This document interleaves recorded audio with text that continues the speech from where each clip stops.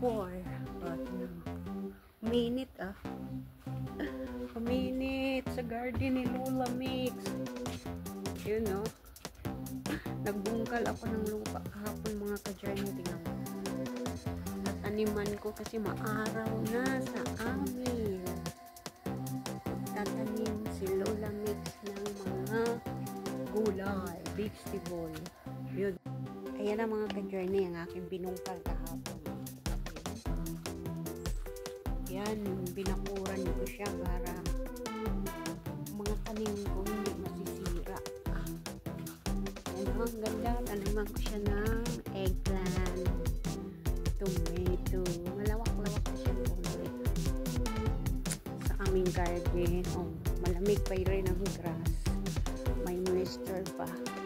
Tapos, ang barbecue namin kagagaling ng winter.